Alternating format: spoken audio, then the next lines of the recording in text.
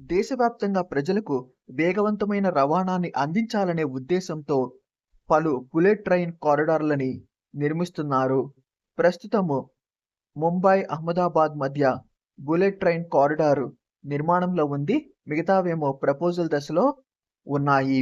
తెలంగాణ రాజధాని హైదరాబాద్‌ని, దేశ ఆర్థిక రాజధాని ముంబైని కలిపే బుల్లెట్ ట్రైన్ కారిడార్‌కి సంబంధించిన డీటెయిల్ ప్రాజెక్ట్ రిపోర్ట్ రూపొందించడం పూర్తయింది.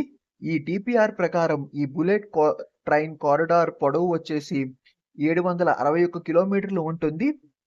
ఈ బుల్లెట్ ట్రైన్ కారిడార్ అందుబాటులోకి వస్తే అప్పుడు ముంబై, హైదరాబాద్ మధ్య కేవలం 3-4 గంటల్లోనే ప్రయాణించవచ్చు. ప్రెజెంట్ వచ్చేసి 12 గంటల సమయం తీసుకుంటుంది ఈ 2 నగరాల మధ్య ప్రయాణించడానికి.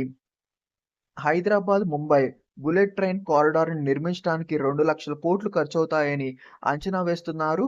దీని నిర్మాణ పనులు మరో 2 సంవత్సరాల్లో ప్రారంభమయ్యే అవకాశం ఉంది. ఎందుకంటే భూసేకరణ చేయవలసి ఉంటుంది నిర్మాణం ప్రారంభించడానికి ముందు. సో, భూసేకరణకి చాలా ఎక్కువ సమయం పట్టే అవకాశము ఉంది.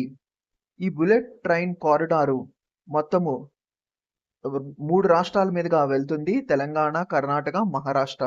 తెలంగాణలో ఈ బుల్లెట్ ట్రైన్ కారిడార్‌కి సంబంధించి కోకాపేట, శంషాబాద్, వికారాబాద్ ప్రాంతాల్లో స్టేషన్‌లు వచ్చే అవకాశం ఉంది. కర్ణాటకకి సంబంధించి కాలబుర్గిలో స్టేషన్ వస్తుంది.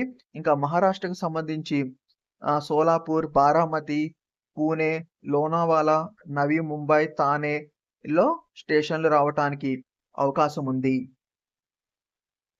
ఈ బుల్లెట్ ట్రైన్ కారిడార్ అందుబాటులోకొస్తే చాలా త్వరగా ప్రజలు ఈ 2 నగరాల మధ్య ప్రయాణించగలుగుతారు. మరియు ఈ ప్రాంతాల్లో ఎకానమీ కూడా బాగా డెవలప్ అవుతుంది.